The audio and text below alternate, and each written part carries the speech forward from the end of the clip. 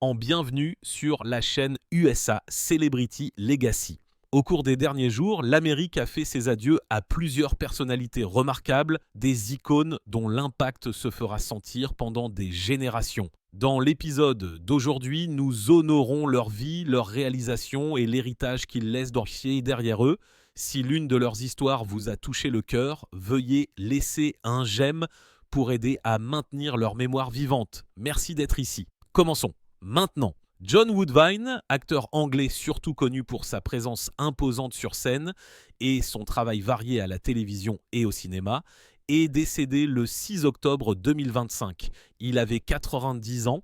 Né à Tinham-on-Wear en 1934, Woodvine a étudié à la Royal Academy of Dramatic Art et a ensuite rejoint la Royal Shakespeare Company. Son travail là-bas l'a établi comme un interprète sérieux de Shakespeare, mais il excellait également dans le drame moderne. Ses collègues ont souvent souligné sa discipline, sa fiabilité et l'autorité qu'il apportait à la science. La télévision a étendu sa portée à des millions de foyers. Il a acquis la célébrité dans le drame policier des années 1970, The Cars, et est apparu plus tard dans Doctor Who de Borges et Cavanaugh QC. Son travail cinématographique comprenait des rôles marquants dans An American Werewolf in London 1981, un film devenu culte, et The Madness of King George 1994, qui a été salué pour sa représentation de l'histoire et de la monarchie. Woodvine était également connu comme une figure de soutien dans l'industrie, offrant des conseils aux jeunes artistes.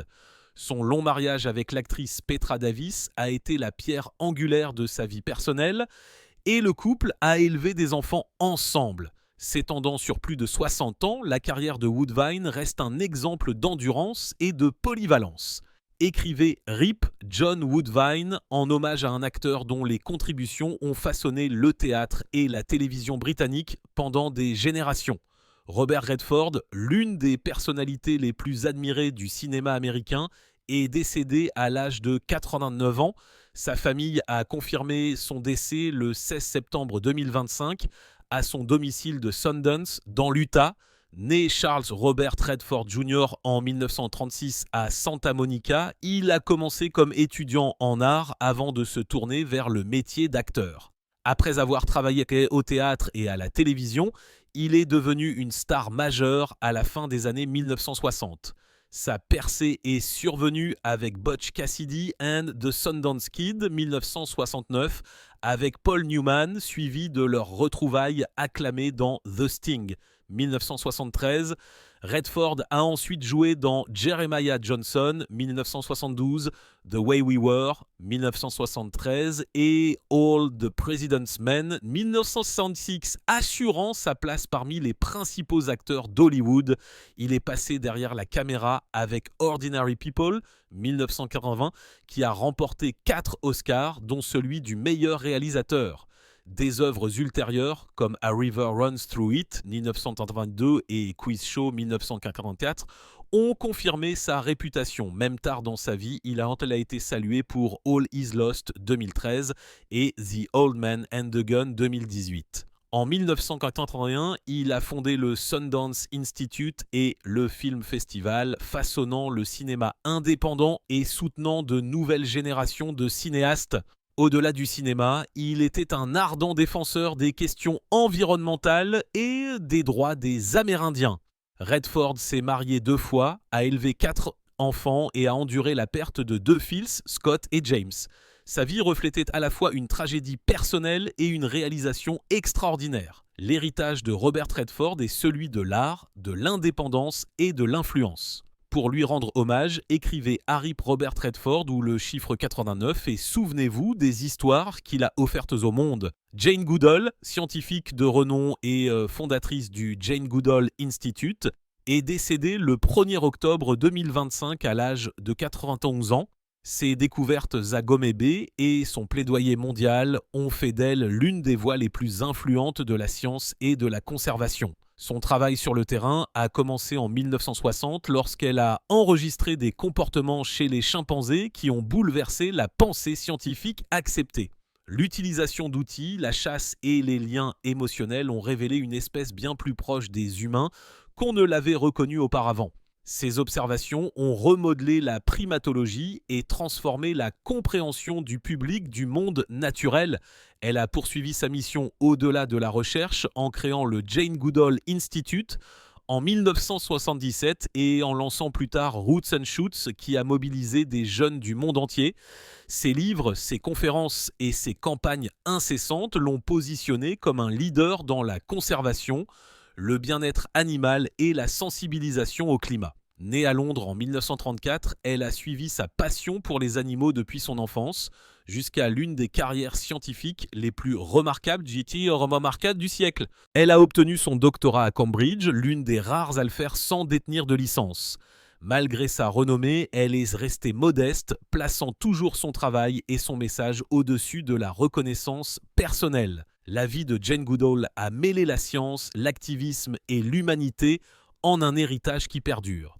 Pour vous souvenir de son impact, partagez vos pensées, vos souvenirs ou écrivez simplement RIP Jane Goodall et laissez son histoire continuer d'inspirer les générations futures.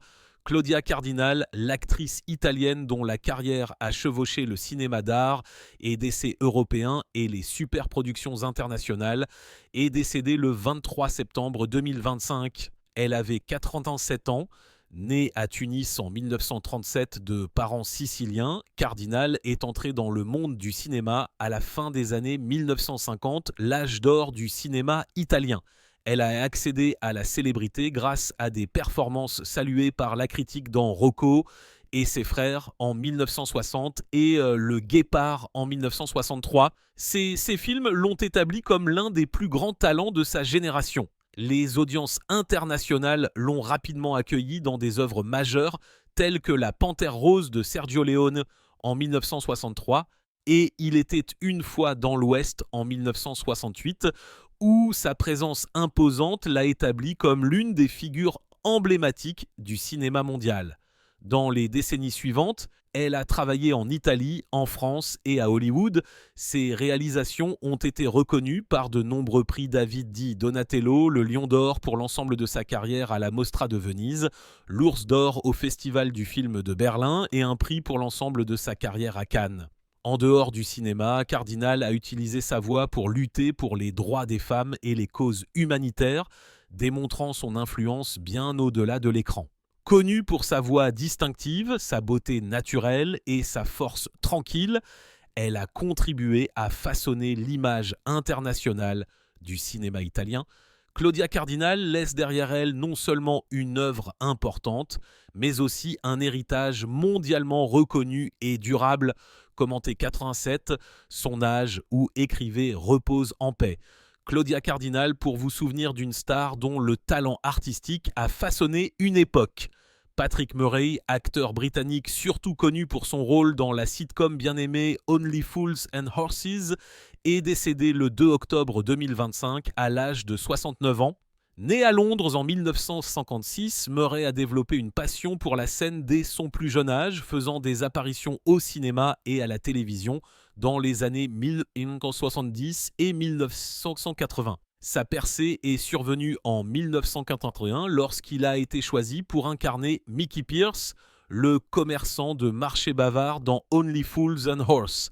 Le personnage, connu pour son humour arrogant et ses répliques acerbes, est devenu un favori des fans, apparaissant dans plusieurs séries et épisodes spéciaux de la série à succès de la BBC. Au-delà de son rôle emblématique, Murray a joué dans des films tels que Scum 1969 et Quadrophenia 1969, reflétant son éventail dans le drame et la comédie. Plus tard dans sa carrière, il s'est éloigné du métier d'acteur, travaillant dans diverses professions, tout en apparaissant occasionnellement dans des réunions télévisées et des documentaires sur Only Fools and Horses. La vie personnelle de Murray a souvent attiré l'attention discrètement. Il a parlé ouvertement de ses problèmes de santé ces dernières années, gagnant le respect pour son honnêteté et sa résilience. Bien qu'il se soit retiré des projecteurs, il est resté étroitement lié à l'héritage de la sitcom qui a fait de lui un nom familier. Patrick Murray laisse derrière lui un héritage défini par un rôle inoubliable et une œuvre qui continue de résonner auprès du public britannique. Alors que nous réfléchissons à sa contribution, laissez un message, commentez 69 son âge ou écrivez Patrick Meuret pour vous souvenir de l'acteur qui a donné vie à l'un des personnages les plus mémorables de la comédie. James Mitchum, l'acteur américain et fils aîné de l'icône hollywoodienne Robert Mitchum, est décédé le 20 septembre 2025 à l'âge de 44 ans. Mitchum est entré dans le cinéma dans les années 1950 et a bâti une carrière stable dans les années 1960 et 1970. On se souvient surtout de lui pour son rôle dans Thunder Road 1958, où il est apparu aux côtés de son père, et pour avoir joué dans Moonrunners 1975, le film qui a ensuite inspiré la série télévisée à succès Shérif, Fais-moi peur. Au fil des décennies, il est apparu dans plus de 30 films, travaillant dans des productions américaines et européennes, et s'est forgé une réputation de présence fiable à l'écran. Né le 8 mai 1941 à Los Angeles, James a grandi entouré par l'industrie cinématographique, mais a cherché à tracer sa propre voie en tant qu'acteur. Bien qu'il n'ait jamais atteint le même niveau de célébrité que son père, il a contribué au cinéma à sa manière, apparaissant souvent dans des drames d'action et de guerre tels que Ambush Bay 1966 et The Invincible 6 1970. Loin de la scène, Mitchum a vécu en grande partie loin des regards du public, se concentrant sur sa famille et ses activités personnelles. Sa carrière reflétait à la fois les opportunités et les défis liés au fait de porter un nom célèbre. Pourtant, il a gagné le respect pour son engagement envers son métier et sa volonté d'assumer des rôles variés à travers les genres. On se souviendra de James Mitchum comme faisant partie d'une famille hollywoodienne légendaire et comme un acteur qui a laissé derrière lui une œuvre s'étendant sur 4 décennies.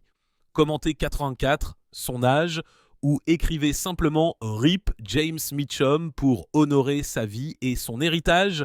Nancy Lee Matt, scénariste, productrice et showrunner de télévision dont le travail a ouvert de nouvelles perspectives dans la narration, est décédée le 23 septembre 2025. Elle avait 68 ans. Née en 1967 aux États-Unis, Matt a poursuivi une carrière qui s'est étendue sur les réseaux de télévision et les chaînes câblées, laissant une marque durable sur les deux. Elle était surtout reconnue comme productrice exécutive et showrunner de South of Nowhere 2005-2008, un drame pour adolescents salué pour son traitement honnête de l'identité, de la famille et des questions sociales. Plus tôt dans sa carrière, elle a contribué à des comédies à succès, notamment Night Court, Partners et Living Single, où son écriture a apporté humour et identification au public de première écoute. Elle a également été scénariste et productrice des piliers de la journée Guiding Light à Santa Barbara, perfectionnant encore ses compétences en matière de drame sérialisé. En dehors de la salle des écrivains, Matt a encadré de jeunes voix et a défendu une plus grande représentation des femmes et des créateurs LGBTQ+, à Hollywood. Ses collègues se souviennent d'elle pour sa perspicacité, sa générosité et sa conviction que la télévision pouvait servir à la fois de divertissement et de miroir culturel, bien qu'elle ait vécu une grande partie de sa vie personnelle à l'abri des regards scores du public. Son héritage professionnel est évident dans les portes qu'elle a ouvertes et les histoires qu'elle a guidées à l'écran. Nancy Lee Matt laisse derrière elle une carrière définie par la créativité, le leadership et l'impact. Son travail continue d'inspirer les écrivains et le public. Prenez un moment pour honorer sa mémoire. Écrivez RIP Nancy Lee Matt ou publiez le chiffre 68, son âge, en hommage à une productrice qui a remodelé la télévision avec courage et vision. Chris Dreja, guitariste et membre fondateur du groupe de rock révolutionnaire The Yardbirds, est décédé le 2 octobre 2025. Il avait 80 ans. Son décès clôt un chapitre sur l'une des époques les plus formatrices de l'histoire du rock. En tant que membre des Yardbirds dans les années 1960, Dreja a contribué à forger un nouveau son qui fusionnait le blues avec l'esprit indomptable du rock. Alors que ses camarades d'ensemble de groupe Eric Clapton, Jeff Beck et Jimmy Page sont devenus des légendes de la guitare, Le rythme régulier de Dreja a ancré leur style expérimental. Des chansons comme For Your Love, Heart Full of Soul et Shapes of Things ont capturé l'urgence juvénile de l'époque, avec Dreja discrètement au cœur de tout cela. Lorsque le groupe s'est dissous en 1968, Dreja s'est brièvement trouvé au bord de la formation de Led Zeppelin, mais a choisi une autre voie, se consacrant à la photographie. Son œil derrière l'objectif est devenu aussi remarquable que son travail à la guitare. Il a même photographié la couverture arrière du premier album de Led Zeppelin en 1969. Des décennies plus tard, il a retrouvé le batteur Jim McCarthy pour tourner en tant que Yardbirds, faisant découvrir la musique du groupe à de nouvelles générations. Né à Surrey, en Angleterre, en 1945, la vie de Dreja a été définie par la créativité. Il n'a jamais cherché les projecteurs, mais ses contributions ont façonné les fondations du rock. Ses collègues admiraient sa présence discrète, les fans appréciaient son rôle dans un groupe qui a changé la musique à jamais. L'héritage de Chris Dreja repose à la fois sur le son et l'image. Un musicien qui a maintenu le rythme stable pendant que d'autres s'envolaient et un artiste qui a transporté cette vision dans une deuxième carrière. Son influence a peut-être été sous-estimée, mais elle reste durable. Commenté 80, son âge, où écrivait Rip Chris Dreja pour honorer le guitariste dont le rythme a contribué à lancer une révolution dans le rock. Lali Weymouth, journaliste de renom et rédactrice en chef adjointe du Washington Post, est décédée le 29 septembre 2025 à l'âge de 82 ans. Née à Washington, D.C. en 1963, elle était la fille de Katharine Graham, la légendaire éditrice, qui a dirigé le Post pendant le Watergate. Weymouth a bâti une carrière distincte du nom de sa famille, se faisant connaître pour ses interviews exclusives et souvent percutantes de personnalités internationales telles que Saddam Hussein, Vladimir Poutine et Benazir Bhutto. Ces conversations, publiées dans le Post et Newsweek, ont fourni des aperçus rares de la politique et de la diplomatie mondiale, offrant des perspectives indisponibles ailleurs. Tout au long des années 1980 et 1990, Weymouth a parcouru le monde pour s'entretenir avec des dirigeants qui s'adressaient rarement aux journalistes occidentaux. Sa capacité à obtenir un accès et à poser des questions difficiles et directes est devenue sa signature. En même temps, elle faisait partie de la gestion de la Washington Post Company par la famille Graham, restant active dans la direction jusqu'à la vente de la société en 2013. Elle était respectée non seulement en tant qu'intervieweuse, mais aussi en tant que gardienne de l'héritage journalistique de sa famille. Même après s'être retirée du travail quotidien, ses interviews publiées sont restées largement référencées dans les cercles universitaires et politiques. Si son travail a déjà éclairé votre compréhension des événements mondiaux, partagez votre souvenir ci-dessous. Commentez 4 son âge, ou écrivez Rip Lali Weymouth en hommage à une vie consacrée au journalisme sans peur. Paul Roberts, le chorégraphe et metteur en scène britannique qui a transformé la musique pop en expérience visuelle inoubliable, est décédé le 26 septembre 2025. Il avait 52 ans. Né dans le Lincolnshire en 1973, Roberts a bâti une carrière en traduisant le son en mouvement, devenant la force motrice des concerts et des performances télévisées pour les stars internationales. Sa chorégraphie pour les tournées de One Direction, le retour sur scène des Spice Girls et la vidéo Harry Styles Treat People with Kindness, qui a remporté un VMA pour la meilleure chorégraphie, restent des références. Sa vision a également atteint certaines des plus grandes scènes du monde, des Grammy Awards et des VMA à America's Got Talent et au Victoria's Secret Fashion Show. Des artistes tels que Katy Perry et Paul McCartney ont salué sa capacité à créer des performances à la fois époustouflantes et émotionnellement authentiques. Loin des projecteurs, Roberts vivait à Londres avec son partenaire, le réalisateur Phil Griffin. Ceux qui ont travaillé avec lui le décrivent souvent comme un homme calme et généreux qui a encadré de jeunes danseurs et a laissé une impression durable par sa gentillesse et son talent artistique. Paul Roberts laisse derrière lui une œuvre qui a élevé la musique populaire et a inspiré des générations d'artistes et de fans. Sa chorégraphie continue de façonner la façon dont nous apprécions la musique en direct. Si son travail vous a touché, partagez une performance qui vous a marqué ou écrivez Remembering Paul Roberts pour honorer un visionnaire dont la créativité a remodelé le théâtre moderne. Robert De Niro est le genre de légende que le temps lui-même semble incapable d'effacer. Pendant plus de 5 décennies, il a été au sommet du cinéma, incarnant non seulement un acteur, mais l'esprit même de la narration. Sa présence a défini le cinéma mondial, ses silences parlant plus fort que les dialogues, ses yeux transperçant le public avec la permanence des cicatrices.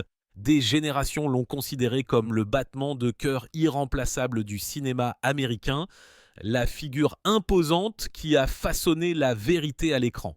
Pourtant, derrière ce monument de génie, il y a un homme marqué par des tempêtes que la gloire ne pourrait jamais protéger. Les cicatrices de sa vie sont profondes, gravées en lui aussi vivement que n'importe quel rôle qu'il ait jamais joué. 2 mariages se sont effondrés sous le poids de la distance et des difficultés.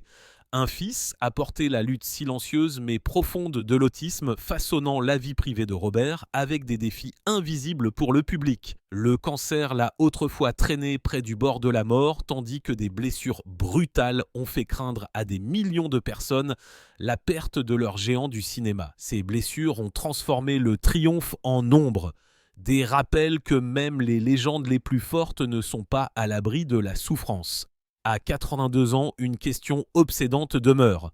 Quel chagrin inexprimé s'accroche encore à lui dans ces dernières années ? Les batailles de Robert, cependant, ont commencé bien avant les projecteurs et les caméras. Sa lutte la plus acharnée n'était pas dans la brume néon de Taxi Driver ou la violence de Raging Bull, mais dans le silence brisé de son enfance. Né à Manhattan le 17 août 1943, il est entré dans un monde en guerre, fils de 2 artistes à la poursuite de la passion et de la liberté. Son père, Robert De Niro Sr., était un expressionniste abstrait dont les toiles seraient un jour accrochées dans des musées. Sa mère, Virginia Admiral, peintre et poète, portait à la fois le feu dans son esprit et les chaînes de la responsabilité dans ses mains. Leur union, pendant un bref instant, ressemblait à de l'art avant de se briser en morceaux. En 1945, alors que Robert avait à peine 3 ans, les fondations de son monde se sont effondrées. Son père a révélé une vérité rare et dangereuse pour cette époque. Il était gay, les préjugés de la société ont brisé le mariage, laissant Robert dans les ruines d'un foyer divisé. Son père a déménagé, restant aimant mais distant, tandis que sa mère a porté seule le poids de la survie. Elle est devenue à la fois mère et père, travaillant sans relâche comme imprimeur et typographe. Ses mains tachées d'encre, son dos courbé de fatigue. Pour Robert, elle n'était pas seulement un parent, mais une guerrière, luttant contre l'épuisement afin qu'il ait une chance dans la vie. Malgré tout, la solitude persistait, façonnant le garçon qui deviendrait un jour un géant du cinéma. Il a grandi à Greenwich Village et dans la petite Italie, des quartiers vivants d'art, mais marqués par la pauvreté et le danger. Les rues offraient à la fois beauté et menace, peignant son enfance de contradictions. Pâle et frêle, il était moqué avec le surnom cruel de Bobby Milk, un rappel de la dureté du monde. Pourtant, dans ses luttes, des graines de résilience ont été plantées. Du silence et du ridicule, il a commencé à forger la force intérieure qui allait plus tard le transformer en l'une des légendes les plus durables du cinéma. Les parents de Robert De Niro n'avaient que peu d'utilité pour la religion. Pourtant, en septembre 1945, ses grands-parents les ont discrètement défiés. Dans une église catholique silencieuse, ils ont baptisé le jeune garçon, creusant une fracture invisible dans son enfance entre la foi et la liberté, la tradition et la rébellion. C'était un geste secret qui a approfondi les contradictions qui l'entouraient. Il a grandi sans frères et sœurs, pris entre le silence de l'art et les exigences de la survie. Son père luttait contre son identité dans l'ombre, tandis que sa mère luttait contre les difficultés au grand jour. Des années plus tard, Robert se souviendrait avec une tristesse silencieuse et admettrait « Je n'étais pas conscient de grand-chose à l'époque, j'aurais aimé que nous ayons plus parlé ». Ce regret est devenu plus qu'un souvenir. C'était l'écho d'une blessure qui ne s'est jamais complètement refermée. Laissé seul pendant de longues heures, il est tombé sur son premier sanctuaire, le monde scintillant du cinéma. À l'intérieur des salles obscures, Robert a trouvé des voix pour les émotions que sa propre famille n'a jamais exprimées à voix haute. Il a regardé la présence obsédante de Greta Garbo et d'autres stars, leurs visages illuminant des vérités qu'il ne pouvait pas trouver à la maison. Les films sont devenus plus qu'un divertissement. Ils sont devenus une bouée de sauvetage, un moyen de transformer le silence fracturé en signification. Dans cette lueur, la solitude s'est transformée en une étrange forme de compagnie. À l'âge de 10 ans, le hasard est intervenu. Sa mère, grâce à son travail dans un atelier de théâtre, l'a inscrit à des cours de théâtre, le mettant sans le savoir sur une voie qui allait façonner le reste de sa vie. En 1953, Robert est monté sur une petite scène dans le rôle du lion peureux dans Le Magicien d'Oz. Caché sous un costume trop grand se trouvait encore un garçon fragile, blessé par la solitude, mais commençant à saisir le pouvoir de la performance. La scène lui a donné quelque chose que sa maison ne pouvait pas, un endroit pour parler sans mots, pour transformer la douleur en art. Les cicatrices sont restées, mais le théâtre lui a offert un moyen de les supporter. Ses premières années se sont gravées de façon permanente dans son être. Chaque silence, chaque absence, chaque fracture est devenue une partie de la tempête qui a éclaté plus tard à l'écran avec une authenticité si terrifiante. Alors que le rideau tombait sur cette première pièce d'école, personne ne pouvait encore imaginer l'avenir qui l'attendait. Le garçon pâle et moqué de Greenwich Village allait un jour porter toute une forme d'art sur son dos. Mais pour l'instant, il cherchait encore, il était encore fragile, il s'aventurait encore avec prudence dans un monde qui exigeait plus de lui qu'il ne savait en donner. À 17 ans, Robert n'est pas entré dans le monde du cinéma avec glamour. Au lieu de cela, il est entré dans un abîme d'incertitude. En 1960, avec peu plus que l'instinct et la faim creusée par des années d'absence, il a abandonné l'école. Ce n'était pas une évasion. C'était un exil, un saut dans l'inconnu sans filet de sécurité ni promesse. Il a choisi le théâtre non pas comme un rêve de gloire, mais comme une survie, le seul appel qui lui offrait une voie à suivre. Je me suis toujours senti seul.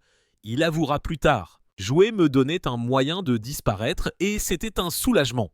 Déterminé, il s'est inscrit au Stella Adler Conservatory avant de passer au Lee Strasberg Institute où le method acting est devenu sa bouée de sauvetage. Le métier n'était pas seulement un entraînement, mais une thérapie, une discipline qui donnait forme à sa douleur. Pour comprendre le monde, il a erré dans les rues de New York, étudiant ses habitants avec l'intensité d'un poète. Il s'est assis dans des dîners à minuit en regardant des camionneurs manger, s'est attardé dans des salles de billard pour observer les yeux des escrocs et a même suivi des gangs italiens à petite échelle, non pas pour imiter leurs crimes, mais pour absorber leur feu. Pour Robert, la ville elle-même est devenue une salle de classe et un creuset, le forgeant d'une manière qu'aucun manuel ne pouvait faire. Pourtant, même en s'immergeant dans l'humanité, l'isolement ne l'a jamais quitté. Son père, bien qu'affectueux, vivait à part dans un silence que Robert ne pouvait jamais briser. Sa mère, lasse d'un travail sans fin, n'avait pas la force de le suivre sur son chemin incertain, il n'y avait pas de main pour le guider, pas de voix pour adoucir la dureté du rejet et du risque. Il dérivait dans une ville qui consumait les oubliés, obligés de construire son armure seul. Pourtant, dans cette solitude, quelque chose d'inébranlable se formait. Les débuts de l'acteur que le monde appellerait un jour immortel. En 1963, à seulement 20 ans, il a filmé The Wedding Party avec Brian De Palma. Mais le destin, méchant comme toujours, a gardé le film sous clé pendant 6 longues années. Au moment où il est finalement entré péniblement dans les salles en 1969, l'industrie avait déjà oublié le jeune homme qui avait attendu en vain entre ces années. Il a survécu avec des rôles mineurs qui se sont évanouis avant que quiconque ne les remarque. Les auditions se sont succédé dans le silence. Il est retourné dans des chambres miteuses avec des murs écaillés, s'est assis près de téléphones qui n'ont jamais sonné, a mangé des repas dans les diners les moins chers où la solitude était servie avec le café. Les directeurs de casting l'ont plus souvent renvoyé qu'ils ne l'ont accueilli. On apprend du rejet, a-t-il dit plus tard. On le prend et on continue. C'est le travail. Chaque rejet a pressé comme une autre cicatrice. Chaque silence une blessure qui s'est approfondie mais ne l'a jamais brisée. Si le rejet a essayé de le faire mourir de faim, il s'en est nourri. Il a vécu frugalement. que la lueur des lumières du théâtre remplace la chaleur qu'il n'a jamais eue à la maison. Chaque nom est devenu du carburant, chaque porte claquée a durci sa détermination, il n'était pas étranger à la faim, il avait grandi avec elle, maintenant il a laissé cette faim le consumer jusqu'à ce qu'il ne reste plus que la discipline et l'obsession. Puis est arrivé 1973, l'année où la tempête a éclaté. Il s'est frayé un chemin jusqu'au rôle de Bruce Pearson dans Bang the Drum Slowly. Ce n'était pas un blockbuster, juste un modeste film de baseball. Mais pour De Niro, c'était une question de vie ou de mort. Il a auditionné 7 fois cette humiliation, cette résurrection d'espoir, jusqu'à ce que finalement le rôle soit le sien. À l'écran, dans le rôle du receveur condamné, il portait non seulement le scénario, mais chaque silence, chaque cicatrice de sa jeunesse. Les critiques ont vu ce qu'aucune audition n'avait révélé. La vérité brute née de blessures trop profondes pour être truquée, le film a réussi et pour la première fois, Hollywood a chuchoté son nom. La même année, le destin est arrivé sous la forme de Martin Scorsese. Ensemble, ils ont donné naissance à Mean Streets et Johnny Boy de De Niro, a enflammé l'écran comme un fil électrique. Imprudent et indompté, le garçon autrefois moqué sous le nom de Bobby Milk était devenu une figure que le public ne pouvait ni détourner ni oublier. Derrière les yeux sauvages de Johnny Boy vivait un homme qui avait connu trop de faim, trop de solitude, trop de portes closes. L'ascension de De Niro n'a pas été forgée dans le privilège, mais dans le feu, dans la solitude des appartements froids, dans la piqûre des auditions ratées, dans l'absence des conseils d'un père et dans l'épuisement de l'amour d'une mère étirée à l'extrême. En 1973, l'obscurité qui avait failli l'engloutir complètement a commencé à se fissurer. La tempête du rejet ne l'avait pas détruit, elle l'avait sculpté. Le monde commençait seulement à le remarquer. Mais Robert De Niro se préparait déjà à s'inscrire dans l'éternité. La gloire n'est pas arrivée pour Robert De Niro comme un lever de soleil. Elle a frappé comme un orage, brillante et impitoyable. En 1974, à seulement 31 ans, il est entré dans Le Parrain, deuxième partie, en tant que jeune Vito Corleone, portant non seulement un rôle, mais le poids écrasant de l'ombre de Marlon Brando. Pour la plupart, c'était la chance d'une vie. Pour De Niro, c'était une épreuve qui pouvait le détruire. Pendant 4 mois impitoyables, il a vécu avec rien d'autre que des cassettes et le silence, perfectionnant le dialecte sicilien jusqu'à ce que sa langue lui fasse mal, répétant des gestes dans le miroir jusqu'à ce qu'il ne ressemble plus à du mimétisme mais à une mémoire musculaire. « Si je n'arrivais pas à y croire, personne d'autre ne le ferait », a-t-il dit plus tard. La pression était suffocante. S'il trébuchait, il n'enterrerait pas seulement sa carrière, mais il souillerait un chef-d'œuvre. Lorsque le film a été présenté en avant-première, sa transformation a stupéfié le monde. Hollywood l'a couronné d'un Academy Award pour le meilleur acteur dans un second rôle.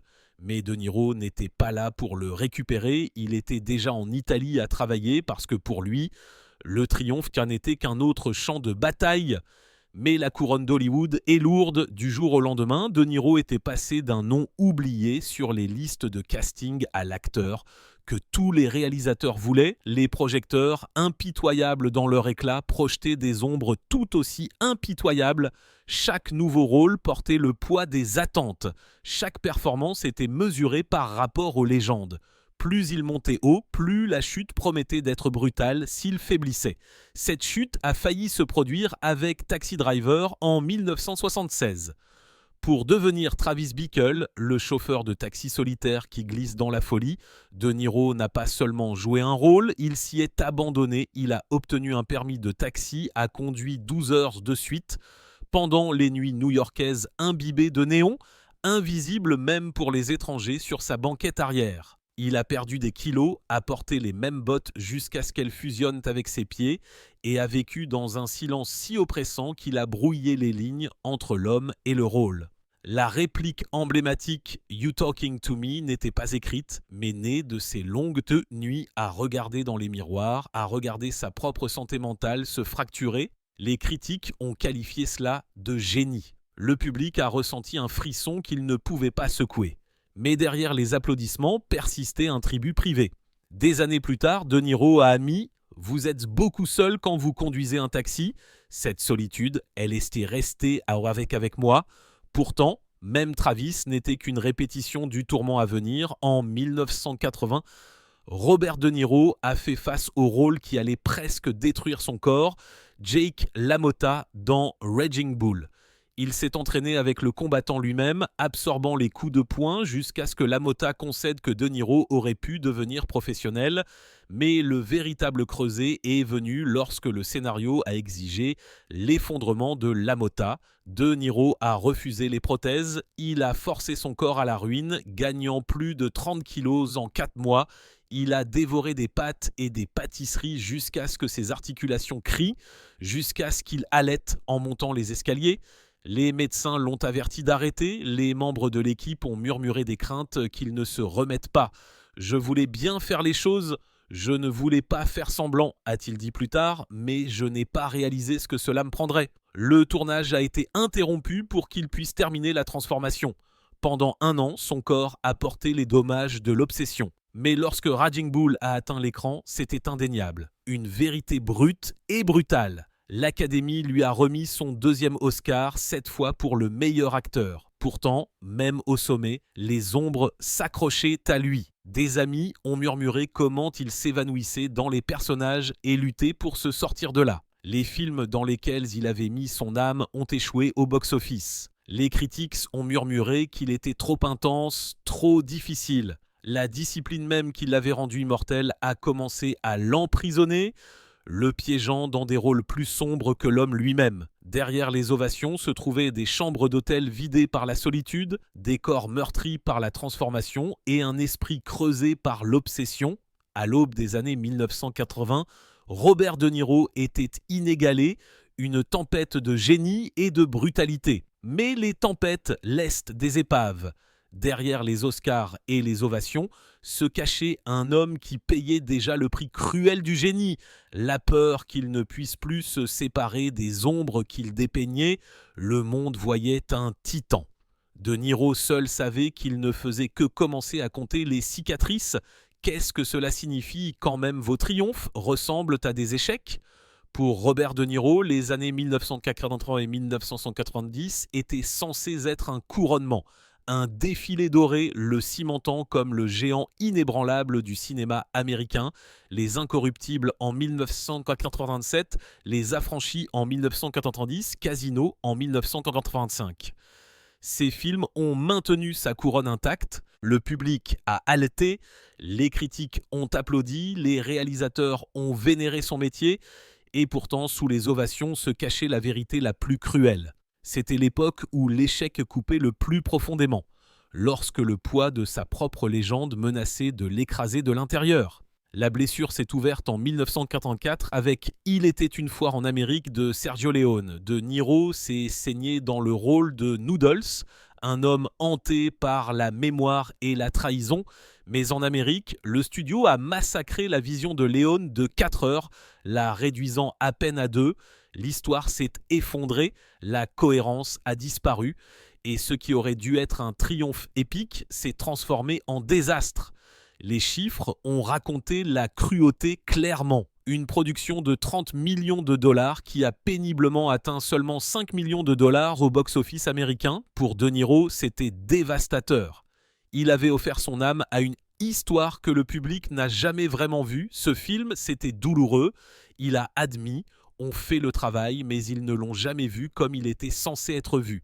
Imaginez l'image, une salle de cinéma presque vide, le son des applaudissements clairsemés qui s'éteignent dans le noir, et à l'extérieur, des manchettes transperçant son cœur aussi sûrement que le studio avait transpercé le film, et ce n'était que le début. Après Raging Bull, la barre avait été placée si haut qu'il était impossible d'atteindre la perfection et que tout ce qui était inférieur à la perfection ressemblait à un déclin. Chaque rôle, aussi brillant soit-il, était disséqué sous le microscope impitoyable de la grandeur passée, trop intense, murmuraient certains critiques, trop inaccessible. Un jour, les journaux l'exaltaient, le lendemain, ils le démolissaient. Robert De Niro, privé, silencieux, réservé, a avalé la piqûre. La solitude de ces années n'était pas dans l'absence de travail, mais dans la réalisation écrasante que même la victoire pouvait avoir le goût de l'échec lorsque le monde exigeait une réinvention sans fin. Le tribut est devenu plus lourd avec les nerfs à vif en 1991. En tant que Max Cady, il est devenu une menace pure, se limant les dents, se tatouant le corps, se noyant dans les ténèbres. Le public a tremblé. Les critiques ont applaudi, mais De Niro a avoué que l'abîme s'accrochait à lui. On va dans ces endroits et parfois ce n'est pas si facile de revenir. C'était le genre de succès qui l'a vidé, le laissant plus vide que l'échec. Un rappel que le génie avait toujours un prix que son âme était forcée de payer. Même le triomphe portait des ombres. Les projets auxquels il croyait ont échoué au box-office, alimentant les murmures. Est-ce que De Niro était en train de glisser ? Avait-il perdu son chemin ? Des amis ont remarqué le tribut. Ils ont vu le contraste. Des ovations tonitruantes s'estompant dans le silence. Et puis l'homme seul dans une chambre d'hôtel. La lueur d'une seule lampe sur des scénarios éparpillés. Ses yeux lourds, non pas d'épuisement, mais de doute. Hollywood a vu un colosse. Derrière les portes closes, il ressemblait à un homme hanté par son propre reflet. À la fin des années 1990, il a cherché à s'évader dans le rire. Mafia Blues en 1999 et Mon beau-père et moi ont transformé sa personnalité de dur à cuire en parodie, faisant rire des millions de personnes. Pour certains, c'était une réinvention brillante, pour d'autres, une trahison. Les mêmes critiques qu'il avait autrefois couronné roi de l'intensité ricanaient maintenant qu'il s'était vendu. Pour De Niro, le rire était authentique, mais la piqûre l'était aussi. Après des décennies de saignement pour l'art, il était puni d'avoir osé respirer, d'avoir osé alléger le poids écrasant de son métier. C'était le paradoxe du milieu de la carrière de Robert De Niro. Même dans le triomphe, les fantômes de l'échec s'accrochaient à lui. Le succès n'était plus une célébration, c'était une dette, une attente qui s'aiguisait à chaque rôle. Le monde voyait encore une légende, De Niro derrière le rideau ne sentait que la lame de l'attente appuyée plus profondément, une blessure qu'aucun applaudissement ne pouvait guérir. Et alors que le siècle tournait, les ombres de sa carrière seraient rejointes par des tempêtes dans sa vie personnelle. Des tempêtes qu'aucune caméra ne pourrait jamais capturer. Si la scène a fait de Robert De Niro une légende, c'est l'amour et la famille qui ont révélé à quel point même les légendes pouvaient être fragiles. Car derrière le rideau de ces triomphes cinématographiques se cachait une autre histoire, non pas racontée en lumière et en applaudissements, mais en vœux murmurés, en confiance brisée et en blessures qu'aucun Oscar ne pouvait guérir. En 1976, à 33 ans, la même année où son nom était gravé dans l'éternité avec Taxi Driver et son Academy Award pour Le Parrain, deuxième partie, De Niro est entré dans un rôle qui semblait plus grand que tous ceux à l'écran, mari et père. Cette année-là, il a épousé l'actrice Diane Abbott, une femme dont la présence apportait une chaleur constante à sa vie tourbillonnante. Dans un acte de dévotion qui parlait plus fort que les mots, il a adopté la jeune fille d'Abbott, Drena, la faisancienne. Plus tard cette année-là, leur fils Raphaël est né. Et pendant un temps éphémère, le monde de Niro a semblé parfaitement équilibré. L'éclat d'Hollywood d'un côté, le rire des enfants de l'autre. Ses premières années ont brillé d'une douce lumière.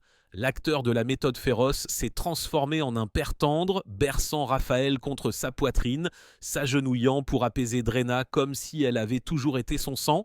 Pour une fois, le garçon autrefois moqué sous le nom de Bobby Milk, l'enfant solitaire d'un foyer brisé, semblait avoir réécrit son destin. La chose la plus importante, c'est la famille. C'est tout, dira-t-il plus tard, comme s'il jurait de briser le cycle de l'abandon qui hantait sa propre enfance. Pourtant, les ombres se sont insinuées tranquillement, comme elles le font toujours. L'intensité même qui le rendait extraordinaire à l'écran a commencé à peser lourdement à la maison. Les rôles l'ont consumé.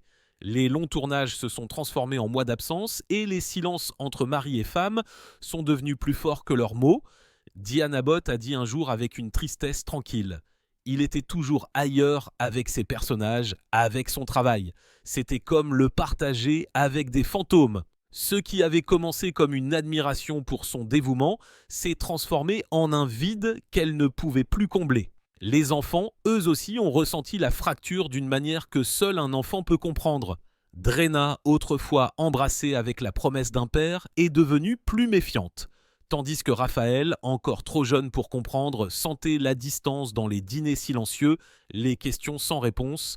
La maison, autrefois remplie de rires, s'est lentement estompée, les ombres s'accumulant là où la lumière brillait auparavant. En 1998, lorsque De Niro avait 45 ans, le mariage s'est dissous. Il n'y a pas eu de scandale à sensation, pas de combat public, seulement la dévastation silencieuse de deux personnes signant des papiers dans une pièce trop silencieuse pour les mots. L'image était saisissante. Une alliance reposant sur une table en bois, le grattement d'un stylo résonnant comme le tonnerre. Une famille se décomposant sans bruit. Pour le monde extérieur, cela semblait banal, mais pour De Niro, c'était une autre blessure superposée aux anciennes. Une promesse brisée, une famille fracturée, le cycle se répétant par ses propres mains. Il s'en est allé toujours dévoué à Raphaël et Drena, mais marqué par la vérité que même les légendes ne peuvent pas protéger leurs enfants du silence de l'amour. Annulé. Si Diana Bott était le chapitre des vœux prononcés à voix haute, alors Toukie Smith était le chapitre de l'amour qui a prospéré dans le silence.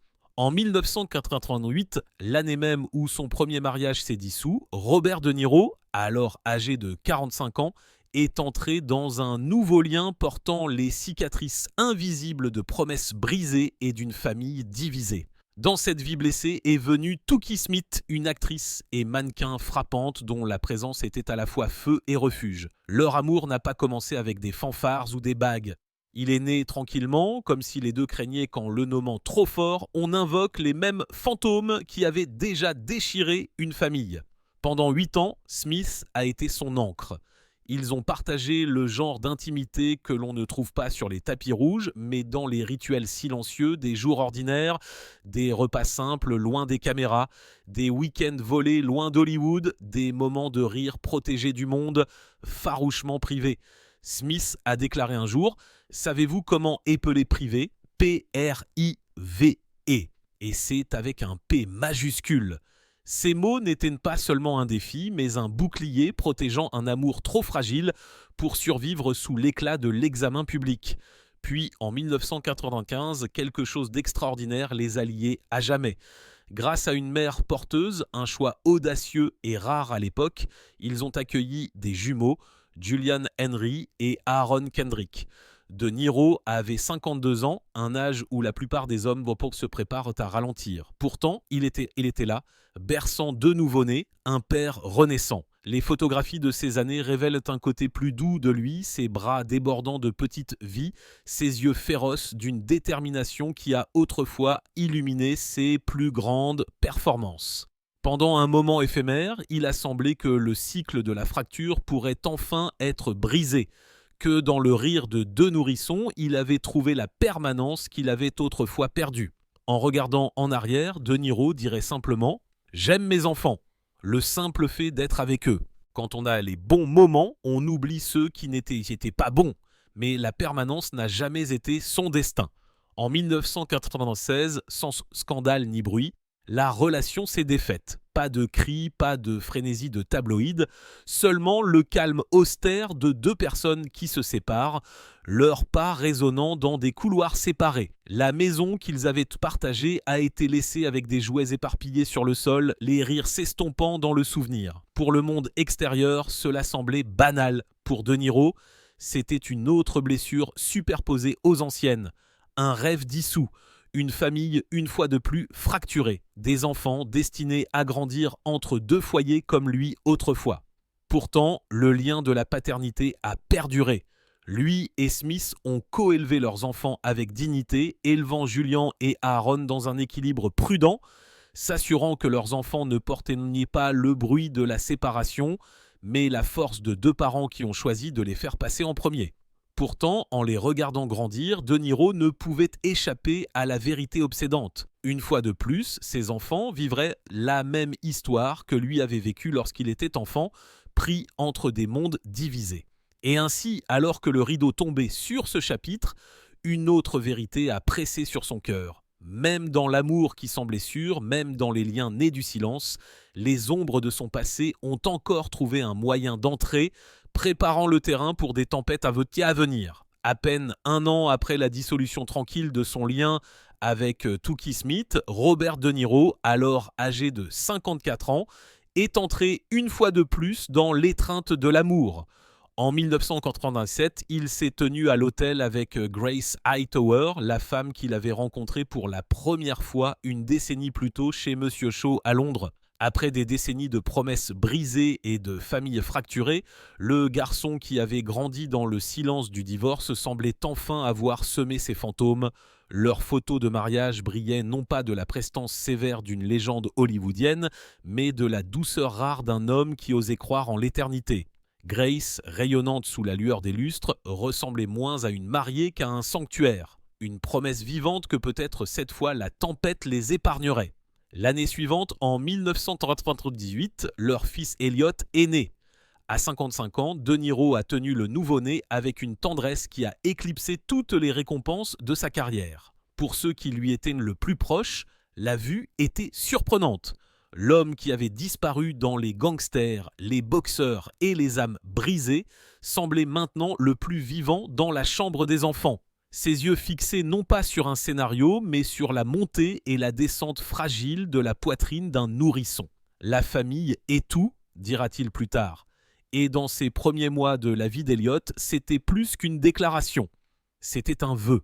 Leur maison débordait de chaleur et de lumière comme une scène de film baignée de tons dorés, des dîners en famille remplis de rires, des après-midi d'été qui s'étiraient dans le jardin, des soirées où De Niro, si souvent silencieuse en public, s'autorisait à lire des histoires à voix haute, sa voix portant non pas des lignes de dialogue, mais des berceuses. Des amis ont murmuré que l'acteur avait enfin trouvé le rôle pour lequel il était né.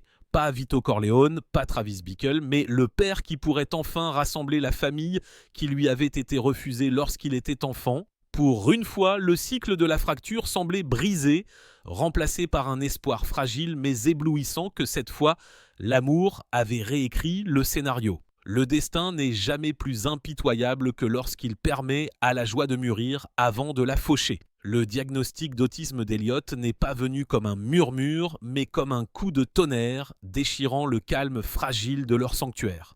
Ce n'était pas la honte, c'était un défi, une tempête qui durerait toute une vie et qui exigerait une force que peu de parents sont jamais préparés à affronter. De Niro, qui avait donné son corps et son âme à la brutalité de Raging Bull et au silence de Taxi Driver, a maintenant déversé cette même férocité dans la paternité.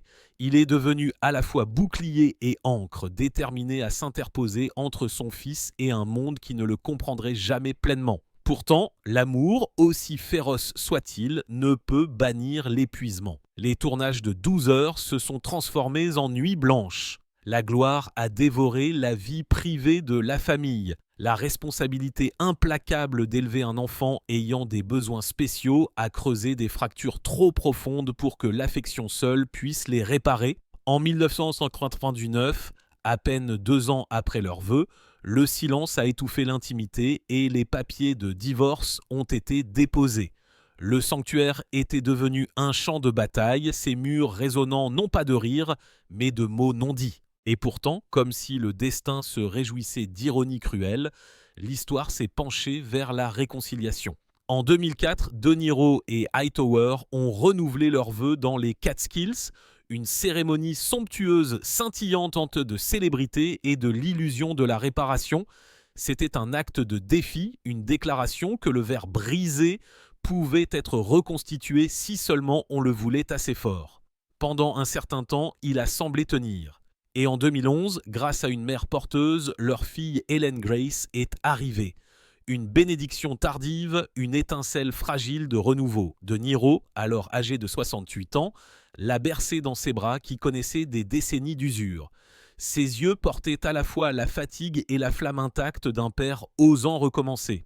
Pour le public, cela ressemblait à une rédemption, une famille restaurée, l'amour résilient contre vent et marée. Mais les tempêtes réduites au silence ne disparaissent jamais vraiment. Elles attendent sous la surface, les fractures sont revenues plus larges, plus profondes, les arguments se sont aiguisés en poignards. La méfiance est devenue corrosive, rongeant les fondations comme la rouille sur le fer.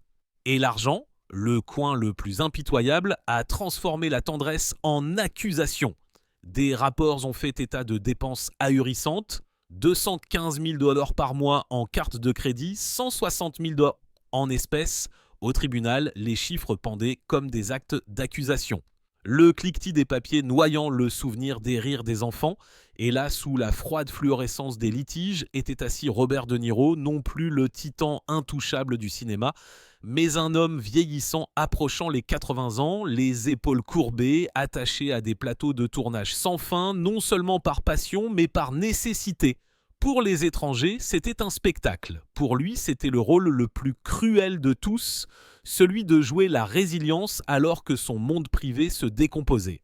En 2018, la réconciliation n'était plus un mot auquel il pouvait prétendre croire. Le mariage s'est effondré dans l'amertume, les batailles juridiques se sont prolongées jusqu'en 2021. Pas de renouvellement de vœux, pas d'adieu doux, seulement le grattement des stylos sur les décrets de divorce, éteignant une promesse autrefois élevée comme un flambeau.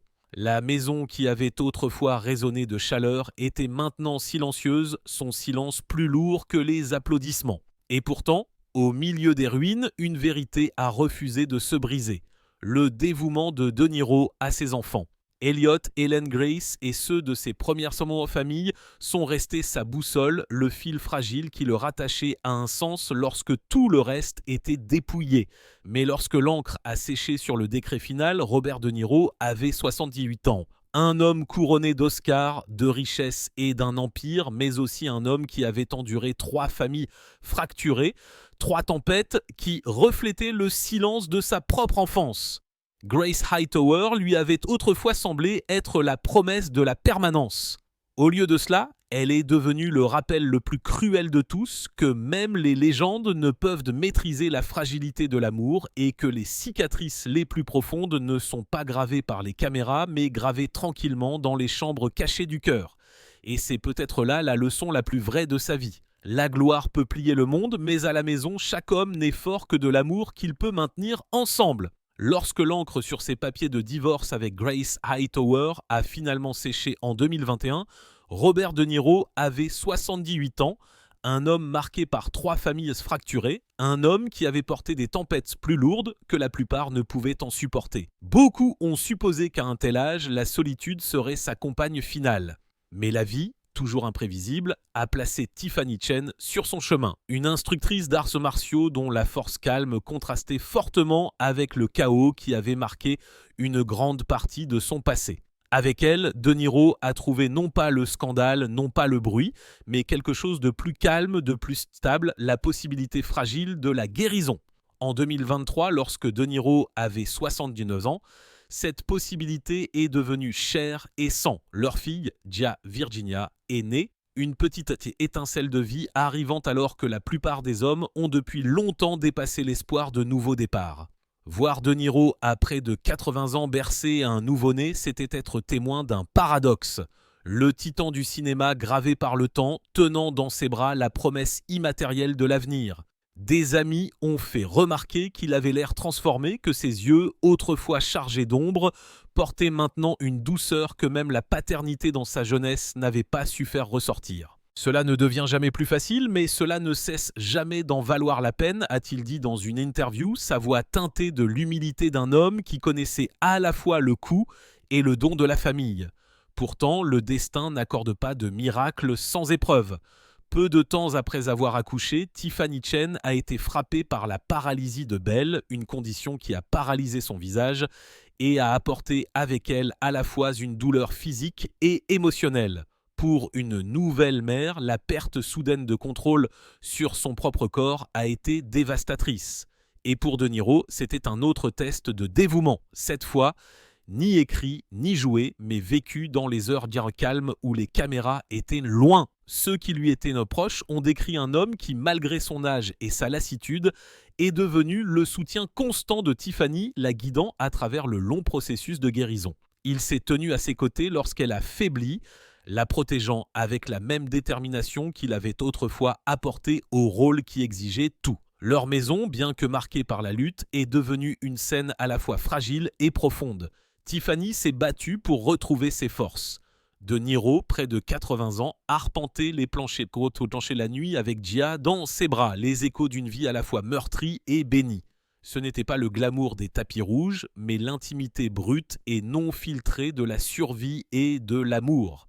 L'homme qui avait construit un empire de films et de restaurants, qui avait autrefois été consumé par le labeur d'Hollywood, était maintenant consumé par les tétés de minuit, les rendez-vous médicaux et le poids simple et incommensurable d'être présent. Et c'est peut-être là le plus grand rebondissement de l'histoire de Robert De Niro. Pour tous les Oscars, pour toute l'immortalité gravée dans le celluloïd, son chapitre final ne concerne pas les applaudissements, il s'agit de la résilience face à la fragilité.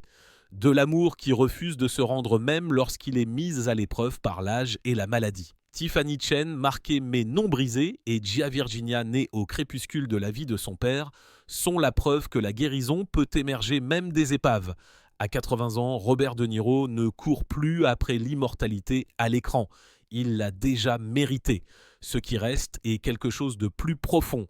L'endurance tranquille d'un homme qui choisit encore l'amour malgré son coup, qui choisit encore la famille malgré sa fragilité.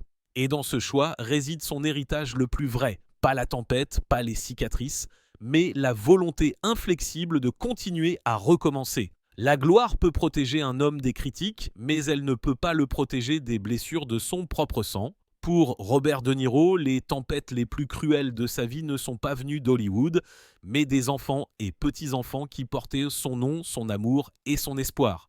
Derrière les Oscars, la richesse et les applaudissements se cachaient, le genre de douleur qui dépouille un homme de tout. La douleur d'un père et d'un grand-père face à des batailles auxquelles aucun rôle ne pourrait jamais le préparer. Pendant des années, l'une de ces batailles a été son fils Elliot. Né en 1948, Elliot a grandi pour devenir un garçon dont le monde évoluait à un rythme que la plupart ne pouvaient pas entendre. Lorsque le diagnostic d'autisme est arrivé, ce n'était pas la honte, c'était une lutte de toute une vie qui exigeait de la force chaque jour. Ce n'était pas une blessure qui guérissait avec le temps. C'était un voyage sans fin. De Niro, qui avait autrefois saigné pour ses rôles, saignait maintenant en silence pour son fils. Il a marché aux côtés d'Elliot lors de séances de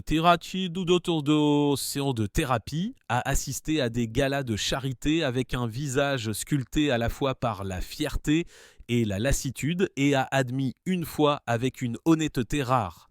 Avec l'autisme, les défis sont réels, mais l'amour est réel aussi.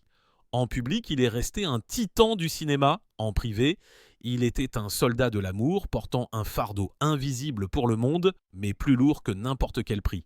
La douleur ne l'a jamais quitté, car le garçon qui avait autrefois grandi dans le silence du divorce, regardant son propre fils lutter contre une vie d'incompréhension, coupait plus profondément que la plume de n'importe quelle critique. Mais si la lutte d'Elliot était la bataille sans fin, alors Leandro était la blessure qui s'est terminée trop tôt. Leandro, le fils unique de la fille de De Niro, Drena, est né en 2004. Il a porté le nom de Niro à travers sa mère, et avec lui, l'étincelle indubitable de la performance. Il est apparu dans A Star is Born, et ceux qui le connaissaient ont murmuré qu'il avait le même feu tranquille qui avait marqué les premiers jours de son grand-père maternel, Robert De Niro.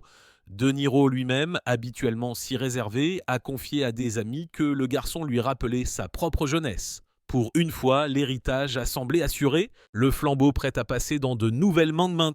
Puis est arrivé le 6 juillet 2023, une date gravée dans le chagrin.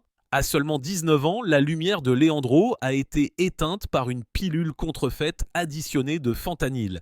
Une vie de promesses volées avant qu'elle ne puisse vraiment commencer. La nouvelle s'est abattue sur le monde de De Niro comme un effondrement silencieux, brisant l'espoir fragile qu'il avait porté pendant des décennies. Sa déclaration publique a été brève, presque murmurée. « Je suis profondément affligé par le décès de mon petit-fils bien-aimé, Léo. Nous sommes reconnaissants pour l'effusion de condoléances et demandons le respect de notre vie privée pour faire notre deuil. » Mais en privé, l'homme autrefois célèbre pour son visage de pierre n'a pas pu le retenir. Lors de la veillée funèbre, ses épaules se sont courbées, son corps tremblant comme si chaque silence de son enfance, chaque fracture de ses mariages, chaque blessure de ses enfants était revenue pour peser sur lui tous en même temps. La perte n'était pas seulement personnelle, elle était symbolique. La mort de Leandro était un cruel miroir d'une plus grande tragédie. Un autre jeune nom revendiqué dans la crise incessante des opioïdes en Amérique. Un garçon avec une étincelle de talent et de possibilités disparu trop tôt,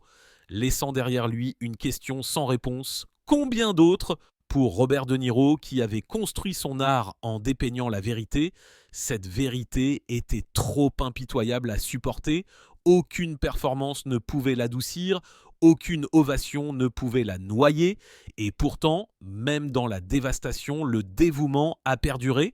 Il s'est tenu aux côtés de Drena, sa fille en deuil, comme son propre père s'était autrefois tenu près de lui en silence.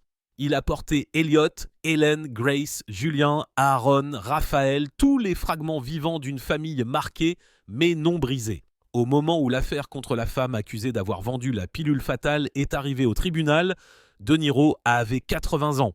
Non pas en tant que titan du cinéma, mais en tant qu'homme vieillissant creusé par le chagrin, attaché à la vie uniquement par le fil fragile de l'amour.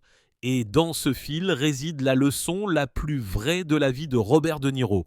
La gloire, la fortune et les Oscars ne peuvent pas protéger le cœur humain.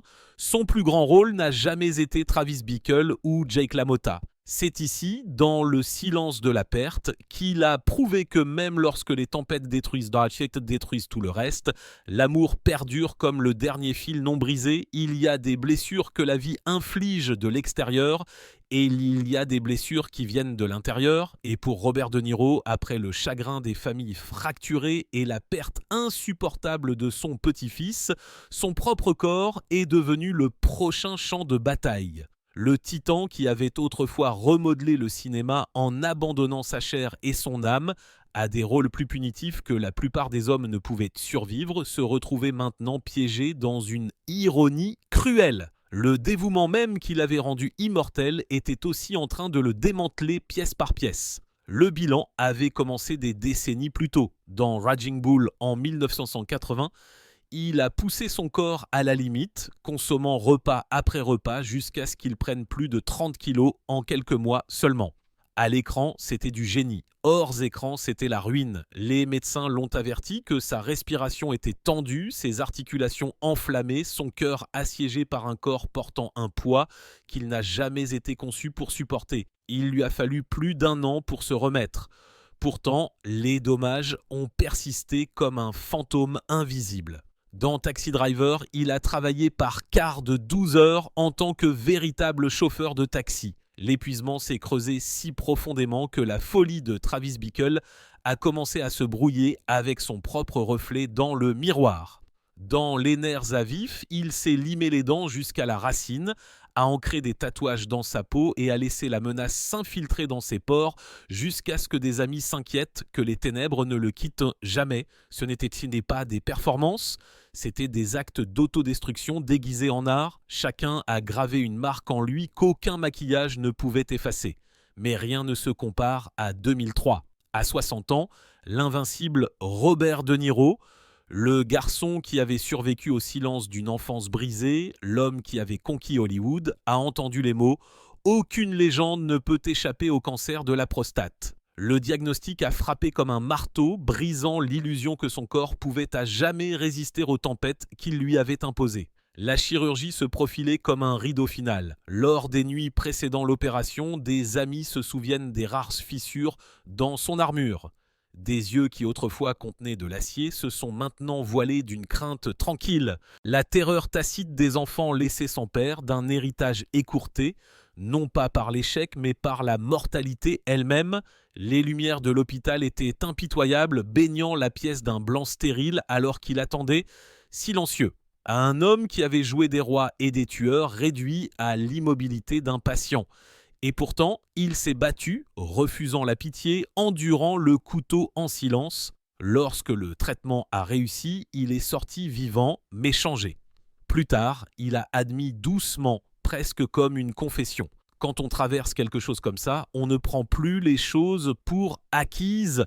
Ce n'était pas la voix d'une légende, c'était la voix d'un homme qui avait regardé dans l'abîme et qui pour la première fois l'avait senti le regarder en retour.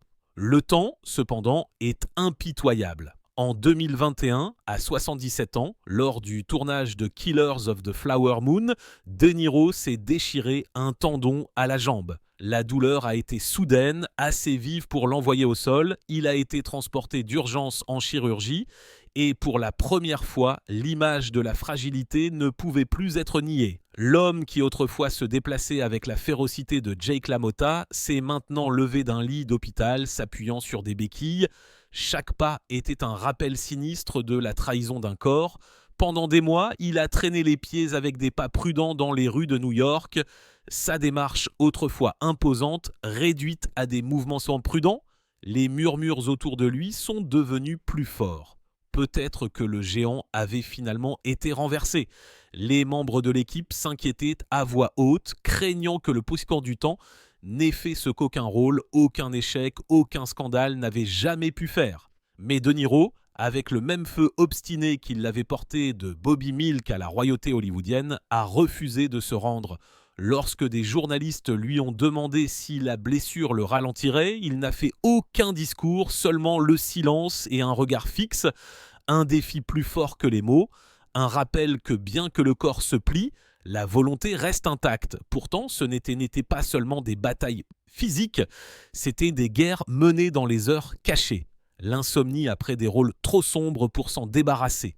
Les contusions psychologiques laissées par les hommes qu'il avait habités, la lassitude de porter l'attente du monde qu'il reste invincible. Derrière des portes closes, les matins commençaient avec des articulations douloureuses, les épaules affaissées non pas par la défaite, mais par la simple survie. Pour le public, il était de granit. En privé, c'était un homme usé par les tempêtes, invisible pour les applaudissements. Et pourtant, il a enduré. Chaque cicatrice est devenue non pas une marque de faiblesse, mais de survie. Chaque blessure, chaque diagnostic, une autre leçon gravée dans le corps d'un homme qui refusait de tomber. À 80 ans, Robert De Niro n'était pas seulement une légende du cinéma, mais la preuve vivante que la grandeur ne se trouve pas dans les récompenses ou les applaudissements. Elle se trouve dans l'acte de se relever lorsque le corps et le monde conspirent à vous faire tomber. Son corps se portait le poids du sacrifice, son cœur portait des blessures qu'aucune caméra n'a jamais captées. Pourtant, il était toujours debout, et en se tenant debout, il a offert la vérité la plus obsédante de toutes. Que si le temps pliera le corps, il ne peut briser l'esprit qui ose transformer la douleur en héritage. Maintenant, à 82 ans, Robert De Niro se tient non seulement comme un titan du cinéma, mais comme un homme dont les triomphes et les cicatrices racontent le coût total de la vie sous l'éclat constant de la gloire.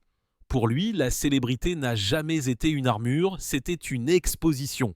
Chaque succès attirait la lumière et chaque ombre révélait une blessure. Au cours de 6 décennies impitoyables, il n'a pas seulement fait des films, il a construit des mondes. Le garçon qui autrefois errait dans les rues difficiles de New York est devenu un bâtisseur d'empire, créant une vie où l'art, les affaires et la résilience convergeaient. Sa fortune, tournant toujours autour d'un demi-milliard de dollars, n'est pas la mesure de l'indulgence, mais de l'endurance. Une richesse gagnée grâce à une création incessante plutôt qu'au confort. De Niro a toujours été plus qu'un acteur.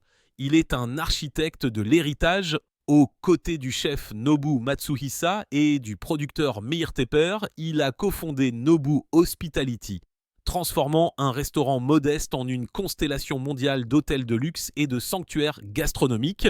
Plus de 50 à travers le monde avec Tribeca Enterprises, il a ressuscité le Lower Manhattan du deuil du 11 septembre, transformant la perte en renaissance culturelle. Le Tribeca Film Festival est devenu à la fois un mémorial et un renouveau, un symbole vivant de la capacité de l'art à guérir une ville blessée. Il est copropriétaire du Greenwich Hotel, un havre d'élégance tranquille où le bois et la brique rencontrent la mémoire.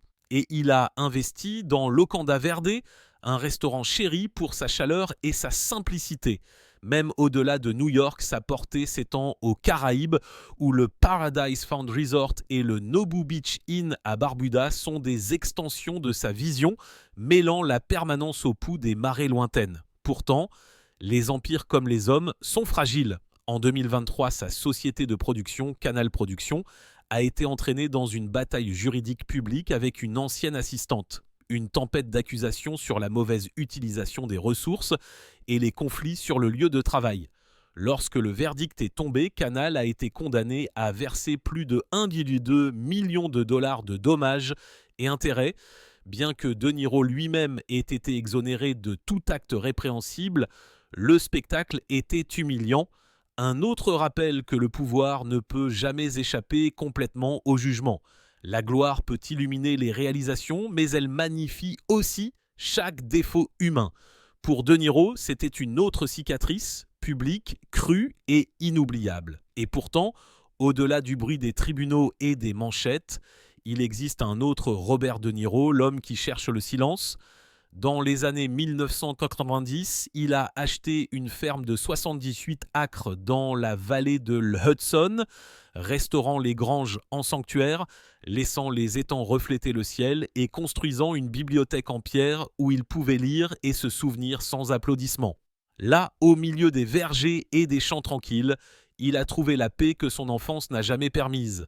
Marchant avec ses enfants, regardant les saisons changer, s'accrochant à quelque chose enfin non brisé. Mais il n'a jamais vraiment quitté Manhattan. Son appartement de 6000 pieds carrés sur Central Park West, acheté en 2006 pour 29 millions de dollars, est à la fois une forteresse et un rappel de ses racines. Lorsque le feu a frappé en 2012, détruisant une partie de celui-ci, il a reconstruit brique par brique, comme pour prouver que même dans les cendres, la maison pouvait renaître. Aujourd'hui, De Niro vit entre deux mondes, le calme de la vallée de l'Hudson et le pool des rues sans sommeil de New York. À ses côtés se trouve Tiffany Chen, sa partenaire depuis 2021. Et en 2023, à 69 ans, il a bercé une nouvelle vie une fois de plus, leur fille, Gia Virginia. À un âge où la plupart des hommes se rendent à la nostalgie, il a recommencé tenant un nouveau-né contre des épaules qui avaient donc déporté des décennies de poids. Ses pas sont plus lents maintenant, sa démarche prudente, marquée par de vieilles blessures. Pourtant, dans ses bras, la fragilité devient force. Il n'y a pas de déclin dans son crépuscule, seulement un renouveau. La preuve que même le soleil couchant peut projeter une lumière dorée sur les débuts. Ses enfants restent sa boussole. Raphaël, un courtier immobilier respecté à Manhattan. Drena, une actrice et réalisatrice marquée par la perte mais créant toujours de l'art à partir de la douleur. Julian, l'un des jumeaux nés grâce à une mère porteuse avec Toukie Smith, traçant maintenant son propre chemin tranquille. Elliot, naviguant dans la vie avec l'autisme, dont le parcours a enseigné à son père une patience plus profonde que la performance. Ellen Grace, née grâce à une mère porteuse avec Grace Hightower, atteignant maintenant l'âge adulte avec la fierté constante de son père. Et Gia, la dernière étincelle, un rappel tardif que l'amour défie le temps lui-même. Chaque nom porte un fragment de son histoire, joie, chagrin, renouveau, endurance. Ensemble, ils forment le vrai scénario de sa vie, écrit non pas à l'encre, mais dans le sang et le dévouement. Voici le Robert De Niro d'aujourd'hui. Non pas un reclus enterré dans la fortune, ni un homme défait par les procès et l'âge, mais un guerrier trempé par des années de tempête. Il continue à travailler, à construire, à tenir bon contre l'attraction tranquille de la retraite. Sa richesse ne se mesure plus au profit de Nobu ou au prestige de Tribeca, mais aux victoires silencieuses, à la survie au cancer, à la marche à nouveau après une blessure, au fait de se tenir aux côtés de ses enfants dans la perte et de retrouver la paternité une fois de plus dans l'hiver de la vie. En fin de compte, le plus grand empire de Robert De Niro n'est pas fait de tours de verre ou de tapis rouge. Il est fait d'endurance, de se relever lorsque le temps essaye de le faire tomber, d'aimer à nouveau après le chagrin, de créer après la ruine. Son histoire ne concerne plus la gloire. Il s'agit de la foi que la vie, aussi marquée soit-elle, peut encore offrir de nouveaux départs. Et c'est peut-être sa dernière révolution tranquille que même au crépuscule, le cœur peut encore brûler assez fort pour recommencer. En 2025, la fille de Robert De Niro, Aaron De Niro, née en 1995, est entrée dans la lumière publique pour partager sa vérité en tant que femme transgenre. Son annonce, remplie de grâce et de gratitude, a profondément résonné dans le monde entier. J'ai aimé et soutenu Aaron en tant que mon fils, et maintenant j'aime et soutiens Aaron en tant que ma fille, a déclaré De Niro. Une phrase simple qui portait le poids de toute une vie d'amour. Pour un homme longtemps connu pour sa réserve, ces quelques mots ont parlé plus fort que les applaudissements. Dans cette déclaration tranquille, le plus grand caméléon de l'écran a révélé son moi le plus vrai. Non pas en tant que gangster ou roi, mais en tant que père qui comprenait que l'amour doit évoluer avec courage. La famille fracturée ou entière est restée un terrain sacré. À 82 ans, De Niro continue de travailler, insufflant toujours le feu dans des rôles que des hommes plus jeunes pourraient éviter. Il divise sa vie entre la sérénité de sa ferme de la vallée de l'Hudson et le bourdonnement incessant de Manhattan. Entre la solitude des arbres et le chaos des plateaux de tournage, il continue à construire, à créer, à endurer. Non plus seulement une légende de l'écran, il est devenu un monument à la résilience elle-même. Un homme façonné par les tempêtes, mais jamais brisé par elles. Marqué par le divorce, la maladie et le chagrin, il se dresse comme une preuve vivante que la survie, et non la perfection, définit la grandeur. Ses honneurs sont gravés à travers des décennies d'histoire. 2 Academy Awards, 4 Golden Globes, le Cecil B. DeMille Award en 2011, les Kennedy Center Honors en 2009, la médaille présidentielle de la liberté en 2016 et le SAG Life Achievement Award en 2020. Ce sont les trophées de l'art, mais ils ne racontent que la moitié de l'histoire. Au-delà des écrans argentés et des tapis rouges, De Niro a construit des empires. Il a cofondé Nobu Hospitality, transformant un seul restaurant en un monde d'expériences raffinées. Il a donné naissance à Tribeca et Enterprises, reconstruisant un Manhattan pleurant après le 11 septembre et donnant la parole aux cinéastes à la recherche d'espoir. Il a élevé le Greenwich Hotel et Locanda Verde, chacun une lettre d'amour à la ville qui l'a forgé. Comme le disent souvent les critiques, il a joué des gangsters à l'écran, mais a construit des villes dans la vraie vie. Pourtant, l'héritage de De Niro va plus loin que les prix ou l'architecture. Il a dédié des films à son défunt père, a défendu de jeunes réalisateurs et a maintenu des liens inébranlables avec Martin Scorsese et Al Pacino, des relations qui rappellent au monde que la loyauté aussi est un art. Lorsqu'on lui demande ce qui définit sa richesse, la réponse ne se trouve pas dans la propriété ou le profit.